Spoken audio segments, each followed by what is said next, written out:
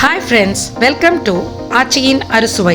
இன்றைக்கி நம்ம ஒரு கதம்ப துவையல் தான் பார்க்க போகிறோம். கதம்ப துவையல்னால் எல்லாம் சேர்த்து பண்ணுறது தான்.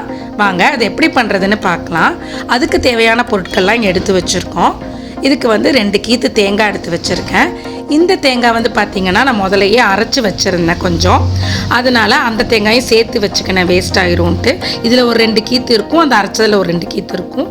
இது 5 வரமிளகா எடுத்திருக்கேன், 2 தக்காளி, 5-6 பூண்டு, 2 பெரிய வெங்காயம் இப்படி ஸ்லைஸ் பண்ணி வச்சுக்கோங்க.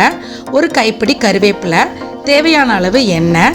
இப்போ ஒரு கடாயில் எண்ணெயை காய வச்சுட்டு நம்ம எடுத்து வச்சுருக்க 6 பூண்டை எடுத்து போட்டுக்கிறேன். அதை நல்லா வதக்கிக்கலாம். 6லேருந்து 8 போட்டுக்கோங்க, நல்லா வதக்கிக்கலாம். இப்போ 2 வெங்காயத்தையும் சேர்த்துக்கிறோம். இப்போ இந்த பூண்டையும் இந்த வெங்காயத்தையும் லைட்டாக ஃப்ரை பண்ணிக்கோங்க. ஏன்னா மற்ற பொருள் போடும் பொழுது அது ஃப்ரை பண்ணுறது கொஞ்சம் கம்மியாயிரும், சரியாக ஃப்ரை ஆகாது. அதனால முதல்ல இது 2ஐயும் ஃப்ரை பண்ணிக்கலாம். அப்புறம் நம்ம எடுத்து வச்சுருக்க கைப்பிடி கருவேப்பிலையை சேர்த்துக்கலாம். இந்த கருவேப்பிலையை நீங்கள் எல்லா ஃபுட்லேயும் சேர்த்துக்கிற மாதிரி பாருங்கள். ஏன்னா அதோட நம்மளோட முடி, நம்மளோட ஸ்கின்னு எல்லாத்துக்குமே கருவேப்பிலை நல்லது. அதில் நிறைய ஃபைபர் கண்டென்ட்டும் இருக்குது. நம்ம உடம்புக்கு அது ரொம்ப தேவை. அதனால் அதையும் சேர்த்துக்கங்க எல்லாத்துலேயும்.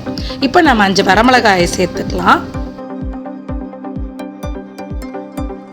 இதை நல்லா வதக்கினதுக்கப்புறம் நம்ம எடுத்து வச்சுருக்க தேங்காயை சேர்த்துக்கலாம். முதல்ல ஸ்லைஸ் பண்ண தேங்காயை நான் சேர்த்துக்கிறேன். நம்ம பொடி பண்ணி வச்சுருக்க தேங்காயை கடைசியில் சேர்த்துக்கலாம்.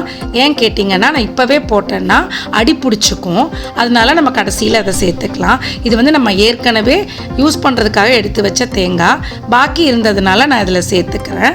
இப்போ இதை நல்லா வதக்கி விட்டுக்கலாம்.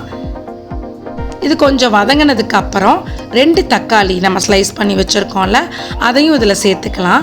இது நம்ம எல்லாமே சேர்க்கறதுனால தான் இதுக்கு பேர் கதம்ப துவையல். பழுத்த தக்காளி, அதனால 2 போதும். அதை நல்லா சேர்த்து நல்லா வதக்கி விட்டுடலாம்.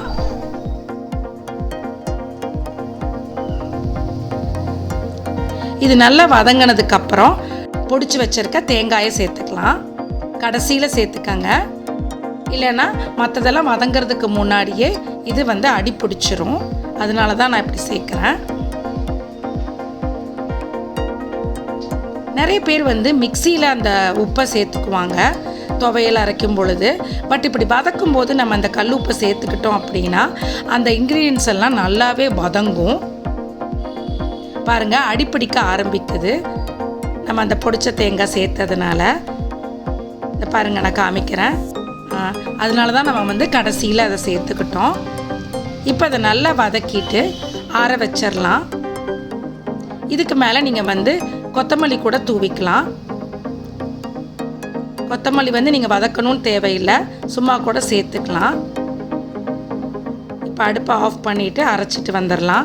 இப்போ இதோடு சேர்த்து நான் இட்லி வேக வச்சுருக்கேன். இந்த சாஃப்டான இட்லியை வச்சு சாப்பிடும்பொழுது இந்த சட்னி ரொம்ப பிரமாதமாக இருக்கும். சட்னி அரைச்சி வந்துருச்சு. இந்த இட்லியும் சட்னியும் வச்சு சாப்பிடும் பொழுது வேறு லெவல் டேஸ்ட்டில் இருக்குங்க. உங்கள் வீட்லேயும் இதே மாதிரி ட்ரை பண்ணி பாருங்கள். Thank you friends.